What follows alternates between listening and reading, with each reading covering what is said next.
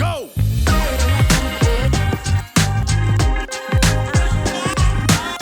What is up? Welcome, Spasmodic Dysphonia Exercises. My name is Drew Hansen. Welcome back. We are working with Jeff Mathena today, and I know what you're thinking. If you're a long-time watcher of this channel, you're thinking we're going to work with him, with that Nashville country artist. We're going to work with him with my original vocal session. New one. Brand new video. This is from his website. I'll give you the link in the description. 1 second. Boom. Without further ado. Hey, it's Jeff Mathena. Today we're going to be getting into a vocal warm-up, and if you struggle with any of the specific exercises, I would recommend that you go back to the videos that have already been posted that break these lessons, or these exercises rather, into individual lessons. But assuming you've gone through those and you kind of know what you're doing already, we're going to go ahead and dive in, starting with lip rolls. Use your fingertips to gently lift up on your cheeks, breathe in through your nose, and say... Go ahead. Now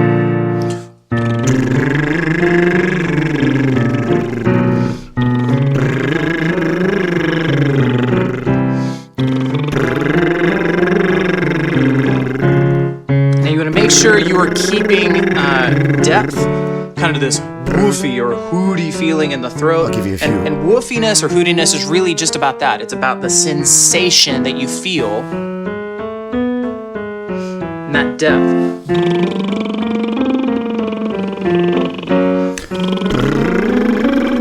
As you get higher, you don't want to let that woofy feeling or that hooty feeling be abandoned, so you end up going,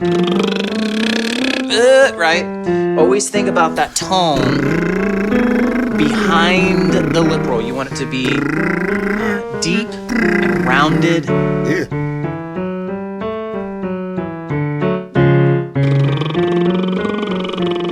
And as we get into the next exercise, we're going to find that that depth makes it easier to start warming up our head voice as well.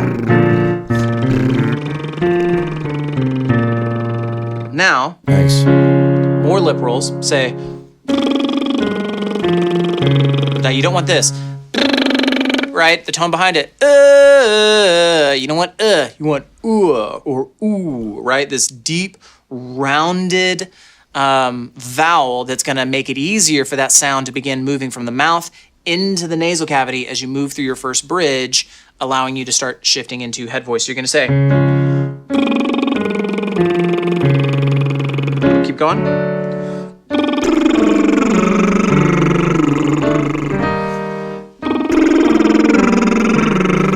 Make sure you are staying very light. Don't, if you feel like you have to push more and more as the notes get higher, let your voice flip. Let your voice flip into head voice. We spend so much energy trying to avoid that. Oh, jeez. But that's just not how the voice wants to function. So you're not going to go, right? Too much work. It's weird. I don't have my hand there. It's not... One more. Now, if these notes are too high for you, it's probably for one of two reasons. It's either because you're a true bass or baritone and you just have not discovered that part of your head voice yet, and maybe that you're just not meant to get your head voice that high above your second bridge, above that like A, B, flat B area. For most of you, it's going to be because you're just pushing too hard. You're relying on your chest voice too much. That right there, what he just said, literally was the definition of spasmodic dysphonia. You're relying on your chest voice too much.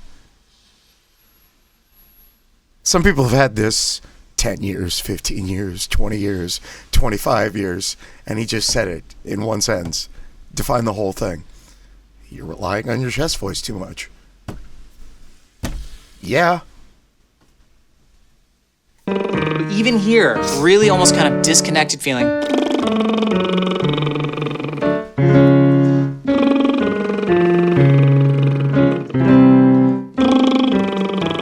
So on that top note there, even on this middle C here, I'm not going, ooh, I'm going, I haven't seen this before, so I'm it's just very watching lifted, mostly. very rounded, soft tone.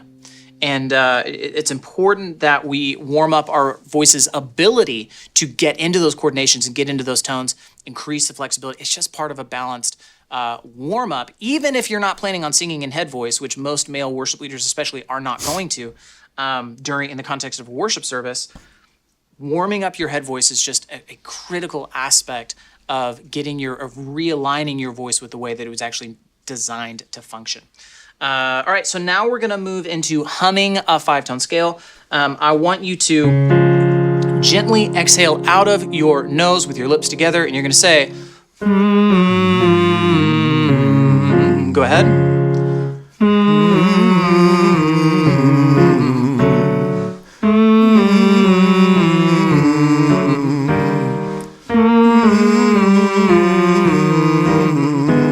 Now pay attention to what you feel, not just what you hear. Think about the vibration that you feel on your lips, on your nose. Notice how if you let your teeth fall apart a little bit, it can actually increase the vibration as opposed to if you're clenching your jaw, which can cause that sound to sort of drift backward.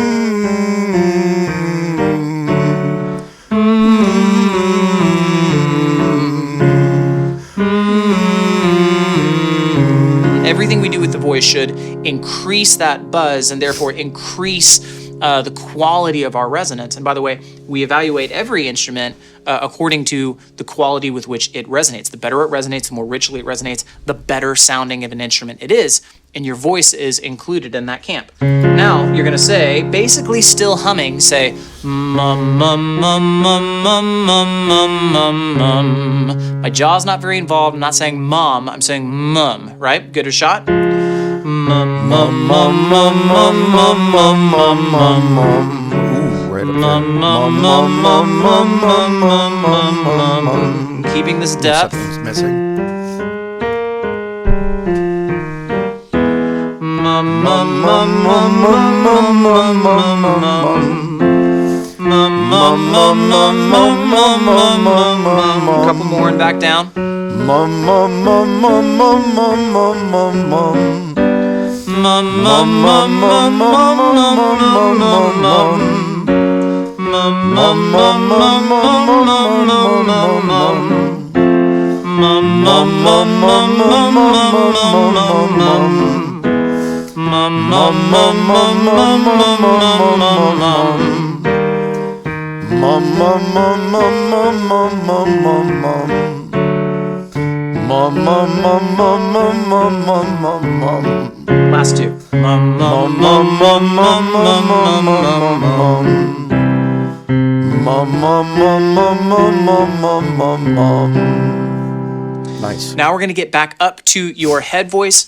And the point of this exercise is not only to get solidly into the head voice, but to allow the transition back into your chest voice. This may not be super smooth or pretty for a lot of you yet, but the most important thing is just that it's happening. So even if your voice has to flip a little bit, even if the transition is not as clean as you would like it to be, the point is to find the place where the voice wants to make that transition rather than manipulate the voice in order to force it to make the transition. And I hope you see that distinction, that again, if our goal is to get the voice to function the way that it is naturally designed to function, there is an aspect in which we sort of have to almost take sort of a passive approach in order to let that resonance move around inside of our head.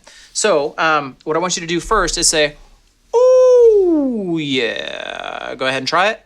Ooh, yeah. Notice that my jaw is very low. My lips are very rounded. I'm not saying ooh, ooh, yeah. I'm saying ooh, yeah. And at the bottom, I'm making a point to go into vocal fry. So vocal fry, for those of you that don't know, is the sound that you make when you don't want to get out of bed in the morning. It's that really low, groaning kind of rumble.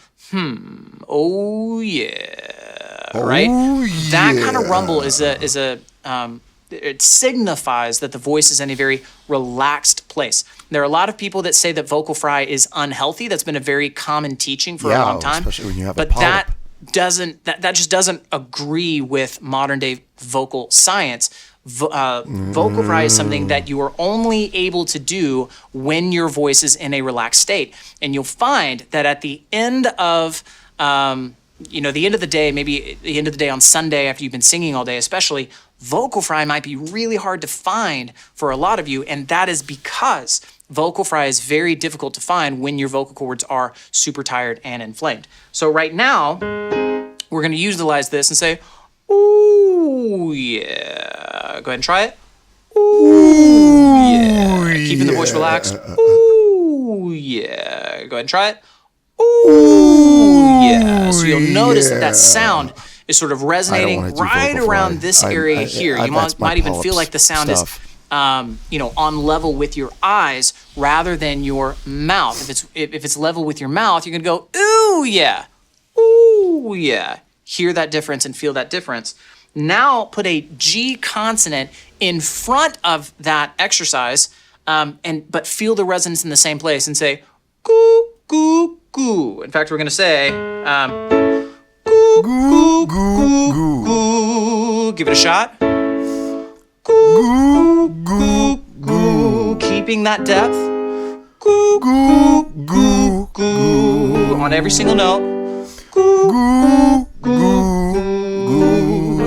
I want to listen. Goo, goo, goo, goo. Goo, goo, goo, goo. Now resist the urge here to let your chest voice grab these notes. Right? Don't go goo, goo, goo, goo. Keep that depth, even if it feels a little disconnected.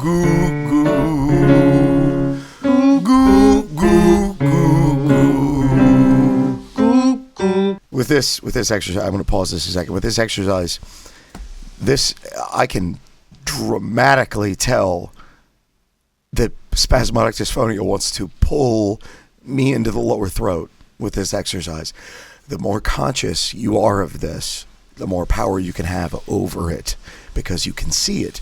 Whereas you walk around on a daily basis in your spasmodic dysphonia voice, mostly unconscious because you're used to it. But when you take control and you have a conscious knowledge of when you are going into that voice, so much power, so much mental power. And the reason for that is because, remember, our goal in doing vocal exercises is not necessarily to avoid the flip or extend our chest voice or even become better singers for that matter. Our primary goal in doing vocal exercises is to build the natural tendencies into our voices that are conducive to better singing.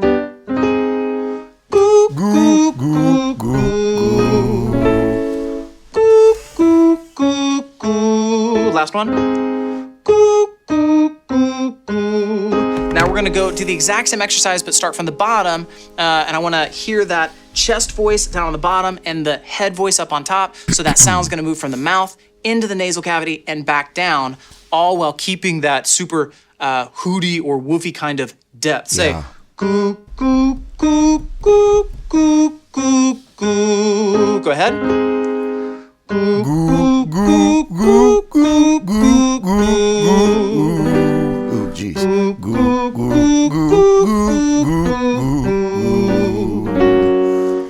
goo, goo, goo,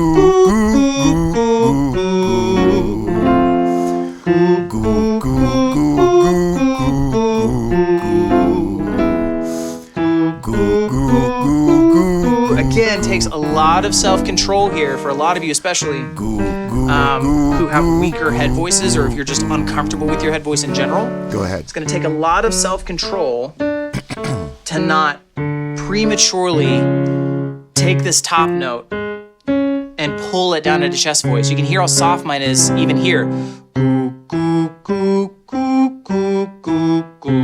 Right? I am ready to let this lift into head voice on any note that it wants to. Even when it feels a little disconnected or breathy at first. You can kind of hear that I'm allowing my voice to have a little bit of a disconnected feel, disconnected sound for the sake, for the purpose of warming up my voice in a healthy way. Even though I know I'm going to have to hit those notes with more power later.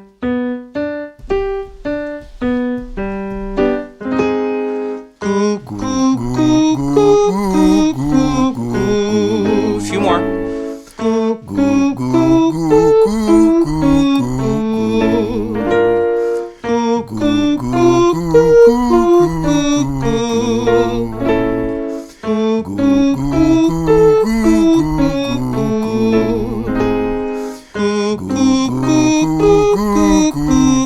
Last one.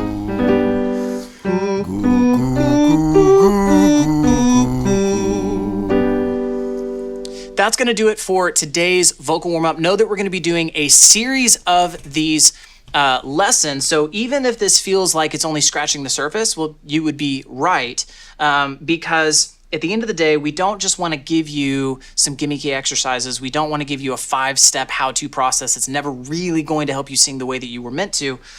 We want to help train your voice and get you to a place where the voice is realigned with the way that it is designed to function, so that you can use your voice with a sense of freedom and authority in order to lead your team and lead your church well. I know I need to lead my church well. You are my church. You are my people. You are my followers. I'm just kidding. That was a terrible joke. My apologies if that offended anybody. I'm just joking here. All right, guys. Nice work today. I'll see you tomorrow.